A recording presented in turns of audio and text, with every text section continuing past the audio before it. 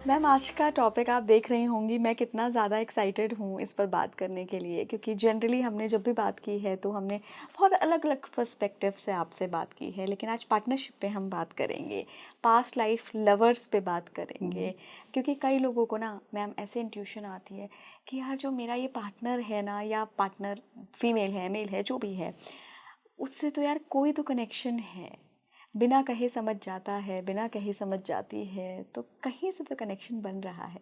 बिल्कुल होता है। तो कोई ना कोई कनेक्शन है तभी आप किसी से मिलते हो। और जो पार्टनरशिप में जो बात आ जाती है लवर्स की या हस्बैंड वाइफ की, तो उसमें तो और भी डीप कनेक्शन होता है। तो इसीलिए आप एक दूसरे के साथ मिले हो, हस्बैंड वाइफ बने हो, बिना उसके हो ही नहीं सकता है।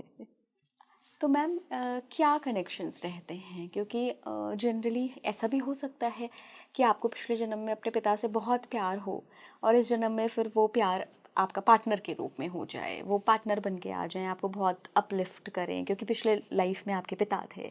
लेकिन कौन सी ऐसी सोल्स होती हैं जो जन्मों से एक लव लाइफ में होती हैं, एक पार्टनरशिप की लाइफ में होती हैं? इट्स नॉट नेसेसरी कि जन्मों तक लव लाइफ में ही चलें, बिकॉज हर सोल को एक्सपीरियंस लेना है, सीखना है, लर्निंग लेनी है। हम्म। तो वो एक ही रोल में घड़ी घड़ी नहीं आएंगे, हम्म। वो रोल्स चेंज होते रहेंगे। जो आप पार्टनर के साथ सीखोगे वो आप पेरेंट एज अ पेरेंट नहीं सीख पाओगे, जो पेरेंट के साथ सीखना है वो एज अ लवर नहीं सीख पाओगे। तो इसलिए वो रोल्स तो चेंज होती ही रहेंगी। रोल तब नहीं चेंज होएगा अगर आप नहीं सीख रहे हो, कोई चैलेंजिंग रिलेशनशिप है और आप नहीं सीख रहे हो, तो फिर आपको घड़ी घड़ी वही रोल मिलता जाएगा कि सीखो, समझो, एक्सेप्ट मैम, करो। ये सोल की चॉइस होती है कि मैं किस रूप में इस रिश्ते को एक्सेप्ट करूँगी, या फिर ये हमारे अपने कार्मिक पैटर्न्स होते हैं? सो वो चॉइस जो है इज डायरेक्टेड बाय द कार्मिक पैटर्न ना। तो कार्मिक पैटर्न है तभी आप चूज करते हो कि अच्छा अब ये बहुत लाइफ डिफिकल्ट रही है एज हस्बैंड एंड वाइफ, तो अब हम मैं आगे नहीं आऊँगी, तो let's try it as a father daughter. तो शायद क्योंकि उसमें फिर और थोड़ा सा डिफरेंट पर्सपेक्टिव, जो मोस्ट चैलेंजिंग है वो तो हस्बैंड वाइफ वाला ही है, बट फादर डॉटर में नेचुरली दोनों तरफ से शांति होएगी। उसमें ट्राई करते हैं, पर फिर आप देखते हो कि उनकी अभी भी लड़ाइयाँ नहीं ख़त्म हो रही हैं, फादर डॉटर बन के भी वो उनकी जंग चलती जा रही है।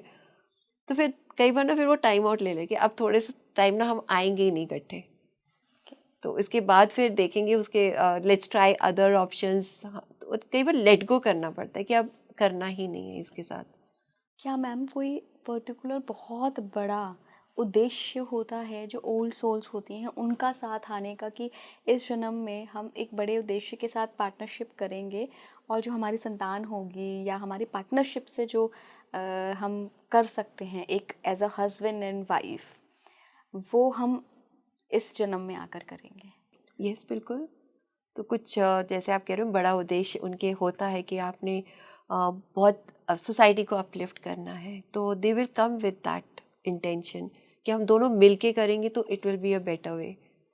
और कई बार उनके जो आपस के कर्म है वो भी उसमें रिजॉल्व हो जाएंगे, प्लस उनके जो बच्चों के कर्म है वो भी इन्वॉल्व हो जाएंगे, तो वो भी रिजॉल्व। तो आप अपना काम करते जा रहे हो। आपका बेटा, आप like you are a very elevated person और बहुत सोसाइटी में आपका मान है, पर बच्चे जो हैं आपके कुछ भी नहीं सुनते, आपकी बात ही नहीं मानते हैं। तो आपको वहाँ पे भी तो कर्मा कंप्लीट करना है ना, उनके साथ भी आपको और सिखाने हैं कि और पेशेंस, लेटिंग गो। तो आपकी भी ना एक ट्यूनिंग, फाइन ट्यूनिंग होती जा रही है। तो हर लाइफ टाइम में you are getting better and better, each and every moment you are getting better. तो वो इन मकसद से भी आ जाते हैं। मैम, ऐसे कौन से संकेत होते हैं प्रेजेंट लाइफ में? क्योंकि हर कोई तो देखिए मैम पीएलआर नहीं करा सकता, और मुझे लगता है जब तक बहुत बड़ा कोई रीज़न ना हो आपको नहीं ऐसे पास्ट में झांकना चाहिए। तो कैसे हम पता लगा सकते हैं छोटे छोटे संकेतों से कि हमारा जो पार्टनर है वो कहीं ना किसी लाइफ में या बहुत डिफरेंट डिफरेंट लाइफ्स में हमारे साथ रहा है? सो जैसे आप बता रहे हो कि समझ जाता है, बिना बोलने ही उनको पता चल जाता है आप क्या चाहते हो, तो वो एक है। और एक अट्रैक्शन होती है कि ये इससे मैं कंप्लीट हो रही हूँ, तो वो समझ आ जाती है आपको। तो हमारी जो सिक्स सेंस है सब में एक्टिव होती है, और उसकी वजह से हमें पता चल जाता है कि ये क्या कनेक्शन फील हो रहा है हमें, कैसे हम कनेक्ट हो रहे हैं एक दूसरे के साथ। मैम कई ना बहुत टॉक्सिक रिलेशनशिप्स होते हैं जहाँ पे एक व्यक्ति को पता है कि मेरा जो पार्टनर है वो ना बहुत टॉक्सिक है, उसको वो अवेयरनेस है, लेकिन फिर भी वो छोड़ नहीं पा रहा होता है उसको, जो भी उसका पार्टनर होता है। तो कहीं ऐसा हो सकता है कि पास्ट लाइफ में इस पार्टनर ने डिसाइड किया था कि यार मेरे को तो तेरे साथ ही पार्टनर बनना है अगले जन्म में, और लेकिन इसने डिसाइड नहीं किया है, ये बेचारा न्यूट्रल है। तो ये हो सकता है कि किसी एक सोल की विल पे हमको वो रिश्ता मिल जाए। मिल जाता है। एक मेरे पास अभी केस रिसेंटली आया है, मदर एंड डॉटर है एंड बहुत एग्रेसिव रिलेशनशिप है एंड शी वाज सेइंग कि जैसे ये पैदा हुई ना, मेरे मदर के मन में कि क्यों आई है मेरी लाइफ में, वो थॉट आ गया और शुरू से ही उनकी रिलेशनशिप बहुत अच्छी नहीं रही है, टॉक्सिक समझ लो वैसी रही है। हस्बैंड से बेटे से बहुत अच्छी रिलेशनशिप है but with not with this daughter. अब उसको समझ, वही she came for the PLR कि समझूँ ये क्या क्यों हो रहा है ऐसे। ना आप अपने माइंड में ना कॉन्सेप्ट शुरू कर देते हो, मैं इसकी, ये मेरी माँ होएगी, इसने मुझे तंग किया होएगा, ये होगा। अब स्टोरियाँ सुनना सोचने लग जाए कि इतनी स्टोरी सुनते हो तो यही होगा हम। शी वॉज शॉक टू सी कि the past life she was a man and she felt जैसे कि फॉरेस्ट ऑफिसर होती हैं वैसे है, और उसको लगता है मैंने कुछ गलत किया है। तो मैंने कहा और पीछे जाके देखो, तो देन शी सॉ एक जंगल में है और जंगल में ना एक 8-10 साल की लड़की ना डांस कर रही है और बड़े मस्त होके डांस कर रही है। अब इसका मन खराब हुआ, इसने उस लड़की का किया और उसको मार दिया एंड मतलब बड़े ब्रूटली मारा उसको। पर उसके बाद उसका मन खराब हुआ कि मैंने क्या कर दिया। उसके बाद एक ही जम्प्ड ऑफ अ क्लिफ, उसने अपनी लाइफ भी ख़त्म कर दी। अब इस लाइफ टाइम में that girl is his daughter और अब शी हैज़ टू लर्न, दोनों को एक्सेप्ट करना पड़ेगा एक दूसरे को। तो मैंने कहा और पीछे जाके देखो कि ये क्यों हुआ ऐसे, आपने इस बच्ची के साथ क्यों किया। तो he went back, she went back and she saw again as a man and this girl was his wife. और बहुत जैसे होते ना तेज़ तरार, सारा टाइम बोलती जा रही है, लड़ाई करती जा रही है और ये चुपचाप सुन रहा है, सीधा सा बंदा। He is trying to like calm her down and 2 बच्चे भी फील हुए उसके। बट वो इतनी तेज़ तरार थी कि उसने एक दिन उसको जो है ना किसी चीज़ से मारा एंड ही पास्ड अवे। तो ही सेज इसलिए उसके साथ वो करना पड़ा। ओह। अच्छा, अब मैंने कहा और पीछे जाओ कि क्यों हो रहा है, सोर्स तक जाओ कि अब इतनी लड़ाई हो रही है। ही वेंट स्ट्रेट टू सर्पियोनी। ही फेल्ट कि दे वर बोथ स्नेक्स और मैं इसके पीछे पड़ा हूँ। मतलब ये भाग रही है मेरे से, पेड़ों पे चढ़ रही है, इधर घुस रही है उधर, मैं छोड़ ही नहीं रहा हूँ, इसके पीछे लगा हूँ। तो कहते हैं वही पैटर्न चल रहा है कि मैं इसको नहीं छोड़ रहा हूँ, ये नहीं चाहती मेरे साथ रहना। अब he saw number of other life time she saw, but इस सोल के साथ ये 4th लाइफ टाइम है उसकी।